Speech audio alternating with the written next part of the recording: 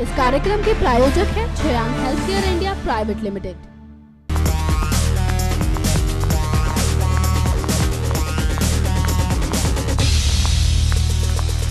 नमस्कार, मैं हूं गायत्री गुप्ता और आप देख रहे हैं बेबाक राय। बेबाक राय में आज का हमारा मुद्दा है आरक्षण। जी हां, देश में एक बार फिर से आरक्षण की मांग उठी है और ये मांग उठी है हरियाणा राज्य से, जहां पर जाट समुदाय ने ओबीसी श्रेणी में आरक्षण की मांग करते हुए उग्र प्रदर्शन किया।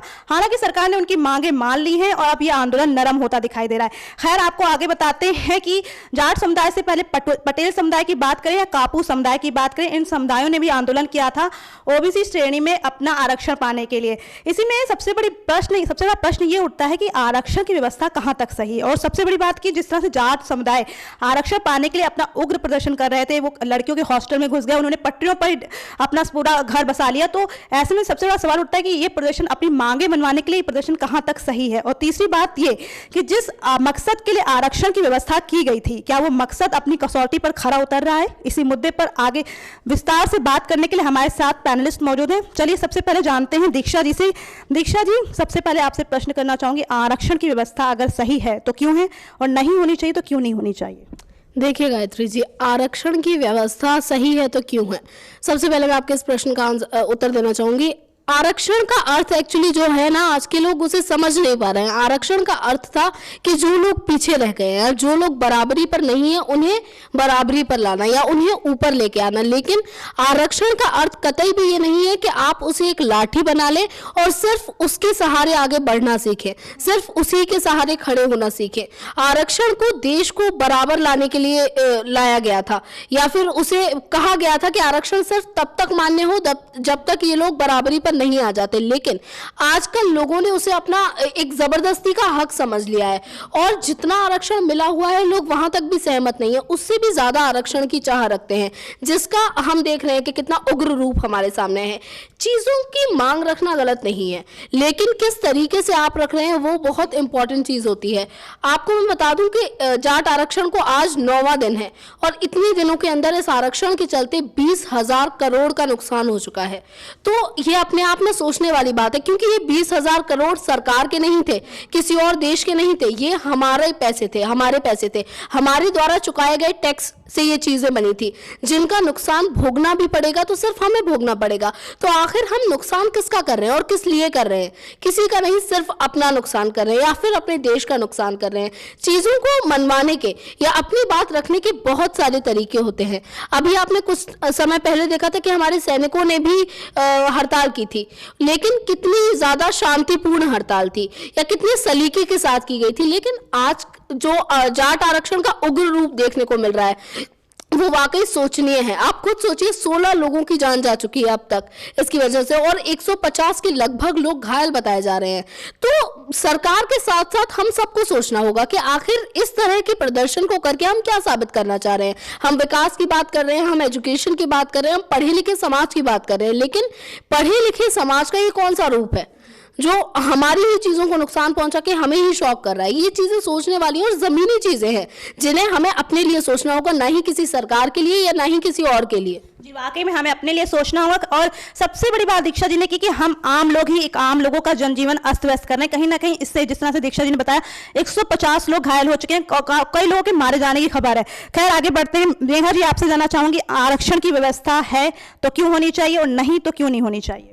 गायत्री जी, जिस तरह दीक्षा जी ने बताया, ये जो आरक्षण है ये उन पिछड़ी जातियों के लिए था जिनको देखकर जो समाज में एक तरह से बराबरी का स्तर लाने के लिए ये स्टार्ट किया गया था। लेकिन आजकल के जो लोग हैं, वो शायद इसे अपनी वो इसे अपनी जरूरत समझ बैठे हैं। एक तरह से उनका जो पेट है वो एक कुआं बन गया है और उनमें उनका पेट भर ही नहीं रहा है व्हेन इट कम्स टू आरक्षण।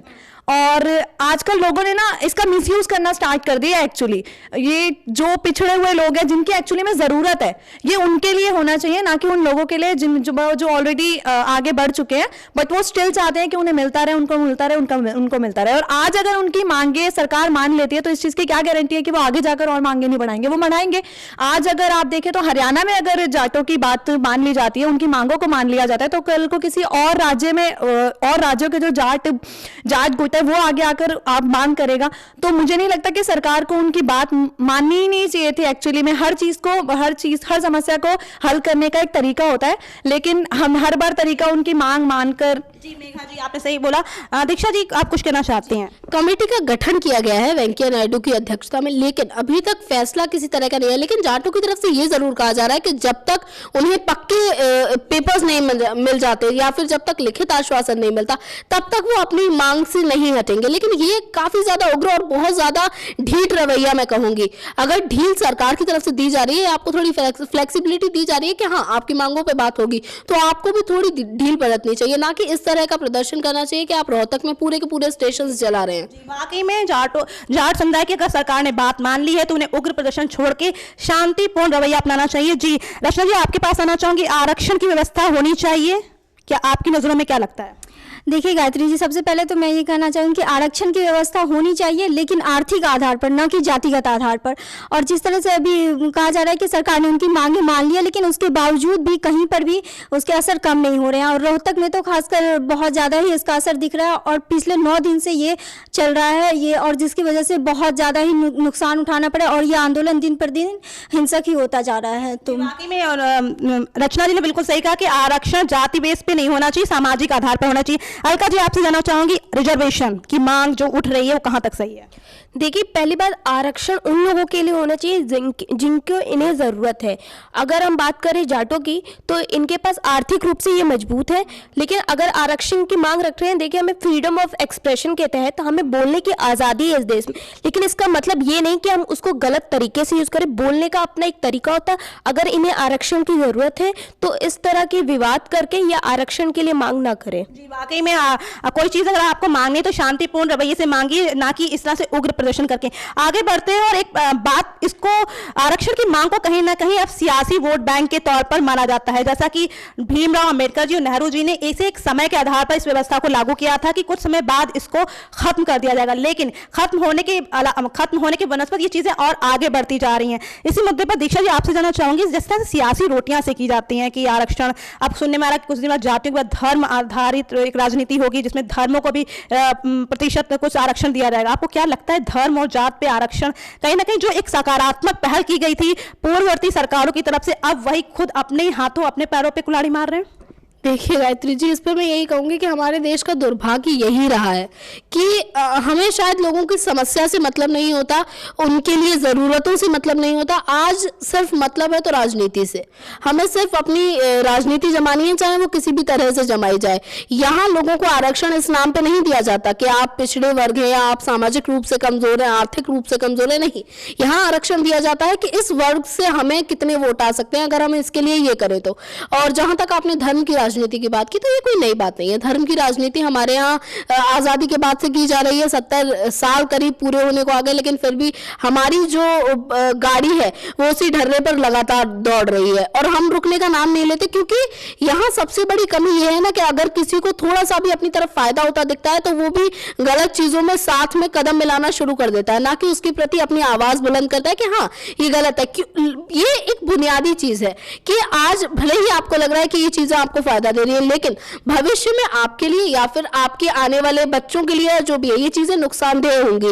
ये आप देश की जड़ें खराब कर रहे हैं और अगर जड़ें खराब होंगी तो मुझे नहीं लगता कि जो फल उगेंगे वो किसी भी तरह से अच्छे होंगे। एक प्रश्न और आपसे करना चाहूंगी, कापू समुदाय जो कि दक्षिण का समुदाय है और पटेल समुदाय जो कि पहले से हार्दिक पटेल का नाम जैसे हमने सुना है कि आरक्षण की मांग कर रहे हैं, जाट को दे दिया, जाट समुदाय को आरक्षण दिया ओबीसी में, तो क्या अब इनके समुदाय की तरफ से आरक्षण की मांग और बुलंद नहीं होगी? देखिए गायत्री जी, मैं फिर बताना चाहूंगी कि अभी आरक्षण की बात को पूरी तरह से नहीं माना गया है। कमेटी का गठन किया गया है, अभी सभी पहलुओं पर गौर फरमाया जाएगा, उसके बाद चीजें किसी भी निष्कर्ष तक पहुंचेंगी। बात रही अलग बाकी समुदायों की, तो देखिए ये बहुत जाहिर सी बात है, अगर हम इस तरह से तुलनात्मक रूप से चीजों को देखने लगे तो देश के हर कोने, हर हिस्से और हर वर्ग से आवाजें उठेंगी, क्योंकि आरक्षण या इस तरह की चीजों की जरूरत, क्योंकि हम कहते हैं ना कि आप उंगली देंगे लोग हाथ पकड़ लेंगे, तो जरूरत सबको है। अगर ऐसे ही आवाजें उठने लगी तो देश का भविष्य मुझे नहीं लगता कि बताने की जरूरत है कि किस ओर जा रहा है। जी वाकई में देश का भविष्य किस ओर जा रहा है, इस पे बहुत चिंता की बात है। एक प्रश्न इस पे पूछना चाहूंगी, अपने पैनल से समीक्षा होने की बात कही जाती है कि आरक्षण की व्यवस्था जब लागू की गई थी तो इसकी समीक्षा करने की बात की थी और उसका एक समय के बाद खत्म करने की भी बात कही गई थी, लेकिन सरकारों ने इस पर सियासी रोटियां सेकी और समीक्षा तो क्या कुछ भी इस पर करना मुनासिब नहीं समझा। मेघा जी, सियासी जो इस पर समीक्षा आरक्षण पे होनी चाहिए, समीक्षा करके आरक्षण के मुद्दे को हमेशा लिए खत्म क्यों नहीं कर देते? गायत्री जी, ये जो आरक्षण है ये तब तक खत्म नहीं हो सकता जब तक हमारे देश का हर एक समुदाय बराबरी पे ना आ जाए। लेकिन अब जब हमारे देश में इक्वालिटी आ जाएगी तब आरक्षण की जरूरत नहीं पड़ेगी। जी आपने बराबरी की, आपको काट रही हूँ, आपने बराबरी की बात की, लेकिन इसमें कहीं ना कहीं अब चीजें आ रही कि आरक्षण जिन वर्गों को मिलना चाहिए उनको फायदा कम हो रहा है, जबकि जो सवर्ण है, जो वाकई आगे, जैसे कि जाट समुदाय की बात करूं, उनको तो अदालत ने भी बोला है कि वो ऑलरेडी इतने रिच है, इतने एमिनेंट, इतने प्रसिद्ध हैं, उनके पास जमीन है, उनके पास पैसा है, तो उनको क्या जरूरत है, लेकिन फिर भी उनको सरकार जाट समुदाय को आरक्षण दे रही। तो ऐसे में फिर क्या कहेंगे, कहीं ना कहीं मिसयूज तो हो रहा है। हाँ, एक्चुअली में आरक्षण के नाम पर आप ये कह सकती है कि राजनीति खेली जा रही है। लोग अपना वोट बैंक सिक्योर कर रहे हैं एक तरीके से आरक्षण देकर गुटों को। उनको ऐसा लग रहा है, मतलब जितनी भी पार्टीज हैं उनको ऐसा लगा कि अगर वो जाटों को आरक्षण दे देंगे तो उनका वोट उनके फेवर में आ जाएगा, something like that. Megha Dixit ji, आप कुछ कहना चाहती हैं? देखिए गायत्री जी, ये मतलब मुझे नहीं लगता है कि इसमें कोई नई बात है कि हमारे यहाँ आरक्षण किस नाम पे दिया जाता है, कब से दिया जाता है, क्यों दिया जाता है। नई बात ये है कि जिस तरह से इसकी मांग को लेकर लोग उग्र हो रहे हैं, हमें सरकारों से हमेशा से शिकायत रही है, लेकिन अगर हम ही अपने जीवन को अस्त व्यस्त करेंगे या अपने भाई बहनों के जीवन को अस्त व्यस्त करेंगे तो आखिर हम सरकार से या किसी और से मदद की गुहार कैसे लगा सकते हैं। और सरकार की तरफ से ये प्रदर्शन बहुत उग्र हुआ है, लेकिन अभी भी मांगे नहीं मानी गई है, समीक्षा चल रही है। तो पूर्णतः सरकार को दोषी ठहराना या हमेशा शासन व्यवस्था को दोषी ठहराना मेरे हिसाब से सही नहीं है। कभी कभी खामी अंदरूनी खेमे में भी होती है, तो हमें नजरें वहां भी डालनी चाहिए। खामी अंदरूनी खेमे में होती है, हमें नजरें वहां भी डालनी चाहिए।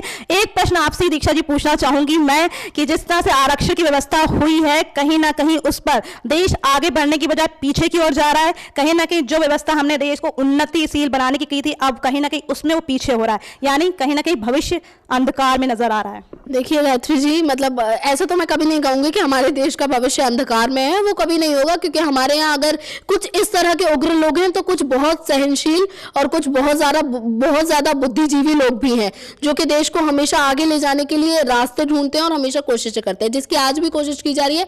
और कहीं ना कहीं इसीलिए इतनी बुद्धिमयता से इस चीज को रोकने का प्रयास लगातार जारी है। सरकार कोशिश कर रही है और तमाम बुद्धिजीवी लोग जो कि कर सकते हैं इसके लिए कुछ, वो अपने दिमाग का उपयोग कर रहे हैं। और बस यही उम्मीद है कि भविष्य में लोग इस चीज को समझें और कम से कम इतना उग्र ना हो कि अपनी ही चीजों का नुकसान करें। जी, वाकई में दीक्षा जी ने कहा कि भविष्य को देखते हुए हमें अपनी मांगों को मनवाने का एक तरीका होना चाहिए, वाजिब तरीका होना चाहिए अपनी मांगे मनवाने का, ना कि इतना उग्र हो जाए कि अपनों सहित आम लोगों को भी काफी जनजीवन उनका अस्त व्यस्त कर दें। खैर, यह था आज का हमारा बेबाक राय का मुद्दा। अगली बार फिर मुलाकात होगी किसी खास मुद्दे के साथ, लेकिन तब तक के लिए नमस्कार।